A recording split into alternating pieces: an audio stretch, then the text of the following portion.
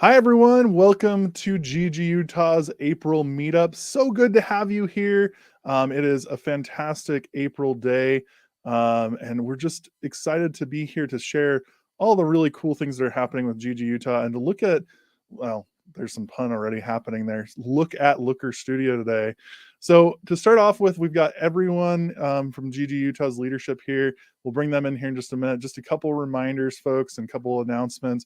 First of all, we've got this meetup and we have a meetup in May as well. We're having kind of a look back celebration, those sorts of things, as well as some really cool ideas that we're going to be sharing there. So get that prepped up and ready to go. That's going to be happening. I'm just going to pull this up. You can see this on our upcoming calendar. It is going to be happening on May 17th at 4 p.m. All the information is on our calendar, but also we'll be announcing it in the discussion groups. Just a reminder as well, folks, we do have our daily resource share that is happening every single day on the tab on our GEGUtah site. And you can see today's was our Google Meetup. So you'll be able to watch this, share it with your fellow teachers and hand it out. As well as we've got tons of great material. This is one of my favorite, most recent ones. Create a pollinator garden. That's super cool from Applied Digital Skills. So make sure you check that out. The last thing really quickly, folks, is that we did change up our website just a little bit. When you go to teachers and GEGUtah educators, we have everyone listed by county, or if you are in a UEN, USB, or state job, or if you're in a charter school job, you can see those under there as well. So all you'll do is click on that. You'll be able to see all the other GEGUtah teachers from on that list as well.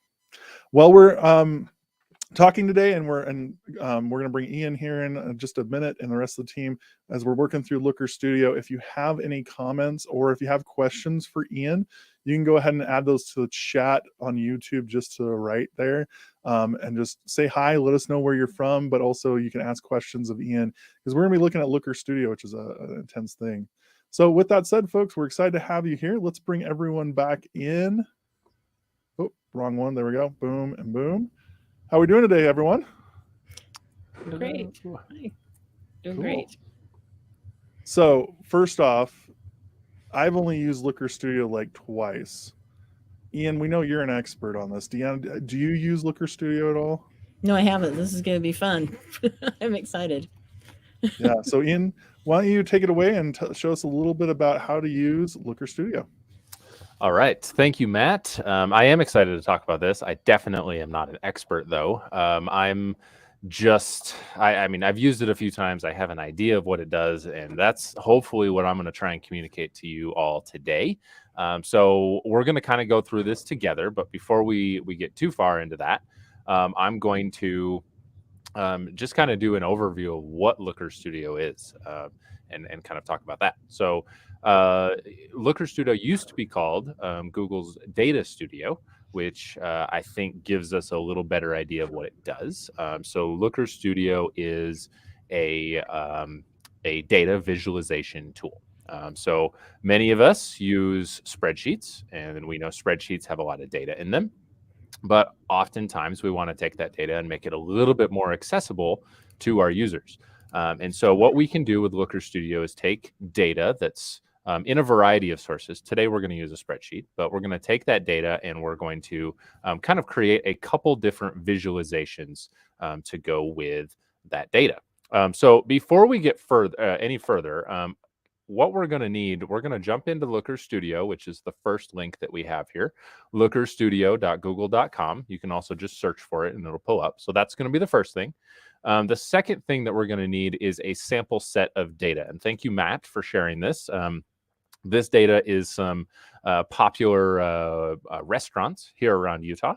So that's bit.ly, Looker Studio GEGUtah. And Matt will throw the link up there as well. Those capitals are important, but that's going to go ahead and create a copy for you of this data. So having that copy is going to be really important. So go ahead and click on that. That's going to open up this page here where you just need to go ahead and make a copy. So make sure you click on that. Like I said, though, and I'll maybe put this slide back up, but where we're going to start is here at Looker Studio. Let me zoom in just a little bit. That's kind of I think we can do better. Okay. So before we jump in and actually open and create our own report, I want to look at some of the templates that are in here, because I think this will help you get an idea of what's going on with Looker Studio. So there's a lot of different samples in here. You can take a look at each one, and when you open these, it'll allow you to create a your own copy of it. But I'm going to just go down. There's one here, this one that says Search Console Report.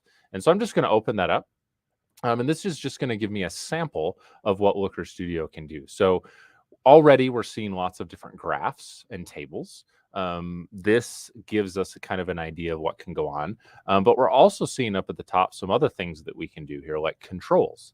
So for example, this particular report that someone has created happens to have a country report. So right now it's showing all of the country's data from a Google search query. And let's say I just want to focus in on the United States. I can do that. And then when we come back to our data, it'll take a second to refresh, but then we'll see just the data from the United States. So it allows us to control some of what we're seeing. Okay.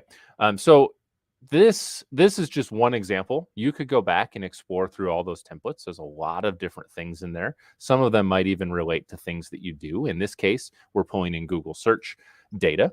There's also, your data comes in a lot of different formats. Maybe it's spreadsheets, which we're going to look at today. But there's a lot of different ways that we could do this. And like I said, we're just going to scratch the surface today. So I'm going to go back to my dashboard here on Looker Studio, and this probably looks very familiar to you. You've got some templates up along the top. Any reports that you've created in the past are down here. You can keep scrolling through if you've got a lot of them. And then over on the side, this looks pretty familiar, where we have shared with me, owned by me, trash, some of the things that you would typically see with your Google Drive as well. Up at the top, there is a create button, or there's the create tile right here. And that's where we're going to start. So like I said, we're just going to kind of get you out of the starting gate, so to speak. We're going to create a report today. We're going to connect that sample set of data that we looked at a few minutes ago. And then we are just going to create a couple visualizations. We don't have a ton of time, so we're going to go through that and try and explain kind of what's going on. So go ahead and click that plus button to create a new report.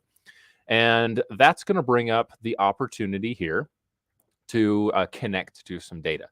So you can see there are several different places that you can pull data from. Some of you might recognize some things here depending on what you're doing. However, in my experience for educators, I think most of what we're looking at has to do with Google Sheets. Most of us have data that's stored in a spreadsheet somewhere. And so that's what we're going to use today. So go ahead and click on Google Sheets. And then this is going to pull up a bunch of recent spreadsheets that you might have used. And it's just going to list them all out there. So I'm going to go ahead and let's see, I should be able to search here. If you just made a copy of that data, yours is probably showing up right at the top. However, apparently I've looked at a lot of spreadsheets today because mine wasn't even showing up in the list. So this is what you're going to be looking for, that Looker Studio sample data. If you need it real quick, let me just switch tabs here. This bit.ly will give you a copy of the data set that we're going to use. I'm going to pull it up here in just a second so you can use it. So it's Looker Studio GEGUtah, capitals at the beginning of each word in the acronym. So that's right there. But that will allow you then, we're going to connect to this data source. I only have one tab, but if there were multiple sheets, those would all be listed out here. And then in this case, you can leave everything kind of as default. If we were getting really fancy, we could go into some of these things, but right now we're just going to focus on just barely using that spreadsheet data. So once you've got that all set, go ahead and click add, and then that's going to bring us to our report. Oh, it's going to confirm that we want to add it. Yes, we do.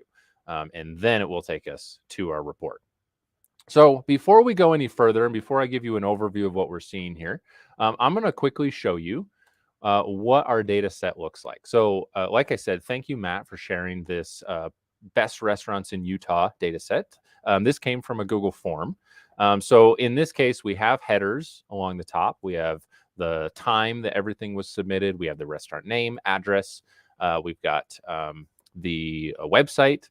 We have who submitted it, phone numbers, and some comments. So that's kind of the organization of our data. So when we're looking through things and we're pulling data in for our different visualizations, this is going to come in really handy. So let me jump back here. All we've done so far, opened up a blank report, and we've connected it to our spreadsheet. And already Looker Studio is bringing in some data from our report. And you can see if you hover over this, you've got some little tooltip controls there. You can make some changes to the size of your of this particular table that it brought in. So you can click on it, you can move it around.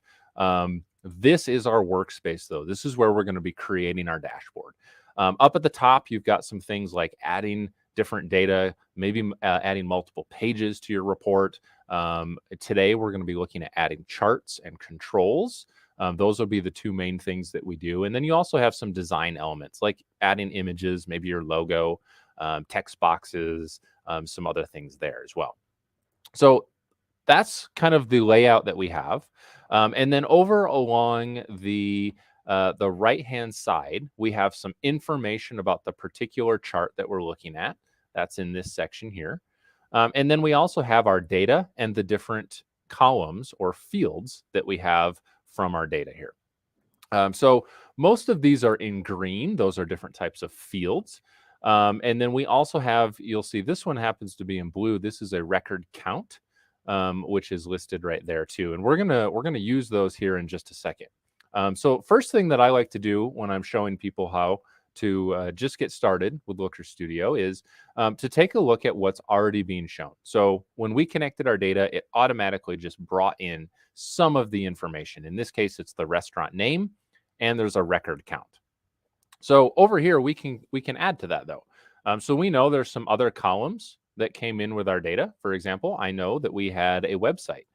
So you can click right on the website piece right here. And we're just going to add it in right next to the restaurant name. So right below that in this dimension section, and just go ahead and add that. Your table will refresh here. You could add more to this. So let's say we wanted to know who submitted it, or how about the phone number? So you can go ahead and drag that in as well. And as you'll notice, it's adding to our column out here, or adding columns to our table. Just like you can add, we can also take away.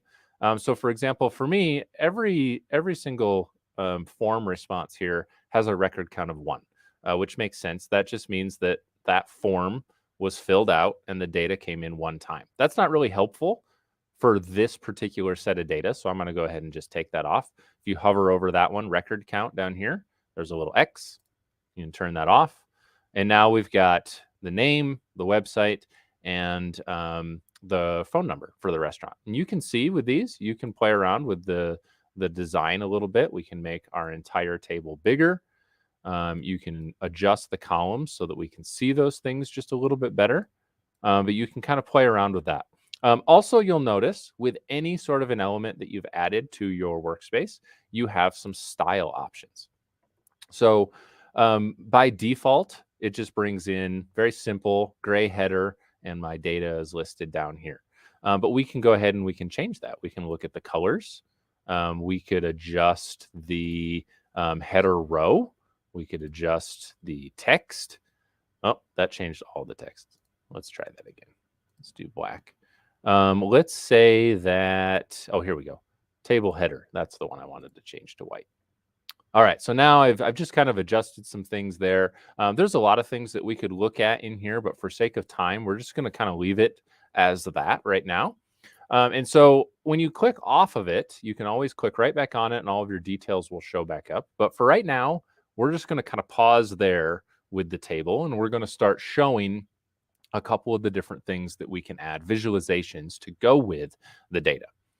So let's move up and let's add in a chart. So this, I think, is one of the first steps that most people want to do. They have their data in a spreadsheet and they'd like to visualize it in a chart. So go ahead up at the top, click add a chart, and you'll notice there are a whole bunch of different options in here. Some of these you're probably familiar with if you've created charts right in Google Sheets or something like that. But for our purposes today, let's just go ahead and create a pie chart. So you'll find pie chart listed in here. Go ahead and click on that, and it will allow you to move it around and place it where you want. So you have a little bit of ability to kind of line things up. So I'm just going to click on it there, and I'm going to make it a little bit bigger so that it fills up the full side here. There we go. And now that we've added this, we again can see the details. So up at the top, I can see that this is a chart. You could change it if you wanted. So we could switch it. Maybe I don't want a chart or a pie chart. I could switch it to a donut or something like that. So that's right up at the top. It's telling us what source of data this is all coming from. In our case, it's all coming from that spreadsheet. And then it's showing us some of the dimensions that are listed here. So the timestamp is listed, but also restaurant name. Now, in this case, almost all of these are unique. You can see we do have, looks like we have 2 entries that happen to both be Denise's listed there. But everything else is just individual. So maybe this particular dimension isn't great to look at in a pie chart. But let's look at some of the other things. And maybe we can move one of these in here that might be a little bit more appropriate. For example, who submitted it? So I'm going to go ahead and grab the submitted by column or field. And I'm going to move that down here and replace restaurant name. So I'm just going to switch that out. And you'll notice that your chart will automatically adjust. So now I can see listed here, there's the list of names. So we can see we have Kayla, Justin, Jody, Jill, and so on all the way down the list. And it does kind of automatically realize that, you know, there's more data here than it can show realistically. And so it does cut things off. And so there's a big pie chart over here that's others. But one of the things that you now have, because all the data is connected here, is we have the ability to actually interact with this. So you can see when I hover over the pie chart, let's say I want to just focus in on Kayla here. It's showing me that there are 7 responses. That means Kayla submitted 7 different restaurants. We can click on that, and you'll notice that your chart automatically filters and just shows the restaurants that Kayla listed out. We could switch that. So the next one on the list happens to be Justin. So click on his name. He submitted 4, and there's the 4 that were submitted. You could keep going down the list and kind of see who's done this. But that gives you an idea of how the data is connected here. So that's really, like, so far what we've done. We've connected the data. We've looked at a table, which is one representation of the data.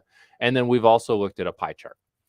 So let's go back in. Up at the top, there is always a reset button. So if you filtered things down, you can always go back and hit that reset button and get back to where we started. But let's just, for the sake of time today, let's just put out a couple other types of visualizations and some controls to be able to manage that. So let's move up again to add a chart. And in this particular data set, like we said, we have restaurants. We happen to have phone numbers. We have locations, websites, and things like that as well. So let's go ahead and click on one of the Google Maps charts here. So let's just go ahead and click on Google Maps, and I'm just going to line it up underneath our data here. And sometimes when we first add things, we kind of need to play around with this here. Let's move around. Let's move our, there we go, address. So let's go ahead and grab address and put that into the data. So instead of it was trying to pull in a different field, but we really want this to focus in on the address. So because of the format of the data, which was addresses, and again, you could go back and look at your spreadsheet to kind of see that, it's pulled in all of the data now, and everything is just listed out here.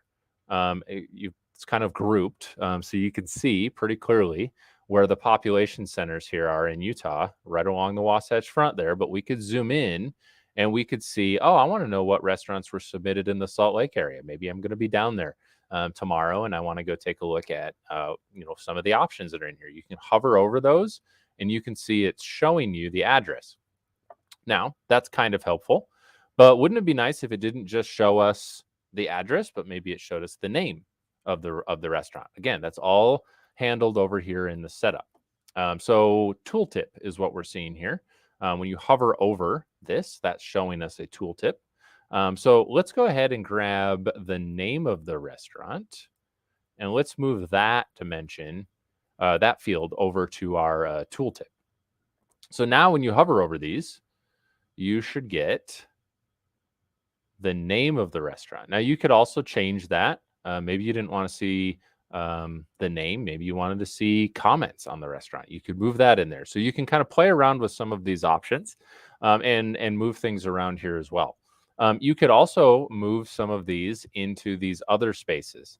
In this case, size isn't going to be super helpful with our data here because that would change the data depending on, like, let's say there were a bunch of entries for one restaurant in particular. It would change the size based on that. We only have one entry per restaurant, except for I think maybe one exception. So that's not super helpful, but maybe color. Maybe we want to do the submitted by again. You could move that into the color, and you can see now it's adding color for those different restaurants based on who has submitted it. And so it just changes it, and there's the key down there. And you should notice the Looker Studio tries to align things. So it should show up that these align. So Kayla is blue up here in our pie chart, also blue down here. So you can see those connections. Now, like I mentioned earlier, this data is connected. So let's go ahead again and let's click on Kayla's name up here in the pie chart, which is going to filter down our table. And you'll also notice it filters in the restaurants that Kayla had submitted as well. So you can see all of these pieces are connected. If we were to switch that, we would get, here's the ones that Justin had submitted. He's the second most on there. You might need to zoom out to see this, but we can see, all right, Justin submitted one way up here, Maddox, and it looks like he submitted a couple down here in St. George as well. So you can kind of see some of that as well. So again, everything's connected. Let's go back and hit reset. There's one more main thing that I want to show you guys today. And again, I know we don't have a ton of time, so we'll try to just get you an idea of some of the possibilities here. So far, I've added several different visualizations for the data, but it would be really nice if there was the ability to control some of this. So let's move up, and up at the top next to add a chart, there is an option to add a control. And there are different types of controls here. You can add drop downs. There can be certain buttons and things, sliders, check boxes. But for I think for this particular data set, I think a good one to start with would be a date control. So again, all of this data came from Google Form. And I think Matt's been collecting this data over the last couple years. So this will give us the ability to kind of play around with things here. So I'm going to click on that date control, and I'm just going to move that up to the top. You can make changes to it. You can adjust. You can make it go all the way across if you want. You have some flexibility there. And then if you click on, without even making any changes here, you can click on a date range, and you can see it's got a start date and an end date. So let's say I want to go back. I want to say the data started back in like 2021, but let's say I just want to see all of the responses that took place in 2022. So I'm going to go back to January of 2022 and select that as our start date. And let's go back to December, and we'll catch the end of December in 2022. So that should capture all of 2022 for us, and go ahead and hit apply. And that should narrow down our data a little bit. We should see now, it looks to me like there are 13 responses that came in 2022. And you can see it changed our pie chart. We can see who submitted in 2022. And we can see on our map which ones fell into that category. You could go up and make that change again. Maybe I want to see 2021. Let's go back. We'll do January 2021 through December of 2021, hit apply, and you should get a different set of data. Here we have 14 now. And again, our pie chart has changed, and we can go in and see where those responses came in as well in our map with the addresses. So there are a lot of other controls that you could look at here. We could probably spend a couple days going through a training on Looker Studio. I'm not sure I'm quite qualified to lead it as we get that deep into things, but there is so much that you can do. But just to kind of review, to kind of give an overview of what we did today, we created a dashboard, we connected some data, and then we started playing around with some of the visualizations that you have here. So really the final step, once you've got everything laid out how you want, is to start sharing this with the people who need access. So up at the top, just like many of the Google tools, you do have options to share. So for example, you can invite people to collaborate with us on this. So if I wanted to work with the GEG leadership team, I could invite them to collaborate and edit, just like we can do live with a Google Doc or Google Slides. You can schedule delivery. So maybe the data refreshes periodically, and you want to schedule this to go to a group of teachers every week because you've refreshed the data and it's there's new information that they need to look at. You could schedule it. You can also get just a report link. I like to think of that kind of as a view only link. So you're not inviting them to edit. You're just sending them the link. To kind of simulate what that looks like, if you click the view button up the top here, you'll get kind of the published view, which is what that view only link kind of looks like. It's important to note, though, that even though this is view only, you can still interact with it. So we can still do those date range things that we were looking at a little bit earlier as well. So let's say maybe you can play around with what that looks like and hit apply. So you can see, I can see there's only been a couple responses in the last few months. But again, reset button is always up there. You can click that. To switch back, you just click on edit here. And then we can come in and we can continue editing. But once you've got everything ready and you've shared it with people, you can share this out with whoever those stakeholders are. Just remember, whatever data is in here, you need to be careful about what you're sharing, right? So we have restaurants, that's not super important. But if this was other data, maybe student data or employee data, you might want to be careful how you share that and who you send it to. So I'm going to, we've been going for about 20 minutes now. And I know we've really just scratched the surface on this. I think one of the things that I would suggest is your next steps would be to think of a set of data that you have available, and start connecting the Looker Studio to that data and start playing around with some of the visualizations. Chances are you've probably done some of these same types of things in a spreadsheet before, where you've created some charts in the spreadsheet. But the benefit here is we get that really clean look that can be shared regardless of whether you have familiarity with the spreadsheet. So it gives really that ability to connect everything together and get some really good visualization. So hopefully this has given you just a very brief overview of what Looker Studio can do. Hopefully we've helped Matt out a little bit with his popular restaurants spreadsheet. He can take this from here and probably improve it and make it even better. But I'm just going to pause there, and then we'll see. I don't know if there's any questions from the GEG leadership team. Otherwise, hopefully this gives you some cool ideas for how you could start sharing data, maybe with your students, coworkers, teachers, your principal, of a lot of different education applications here. So, all right, guys, what do you think? I had a ton of awesome. aha moments. I don't know, Deanna, what did you think? That was awesome. I'm already thinking of ways that I could use it. I love when we it. start doing.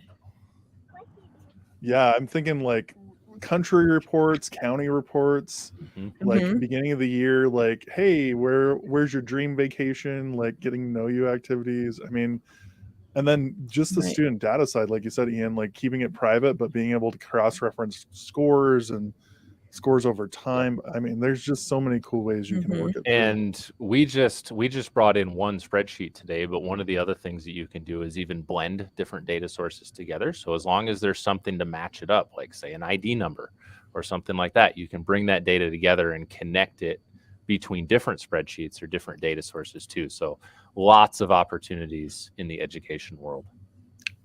Yeah, and if you're watching this live, awesome. Thank you so much for coming out. We had a few viewers.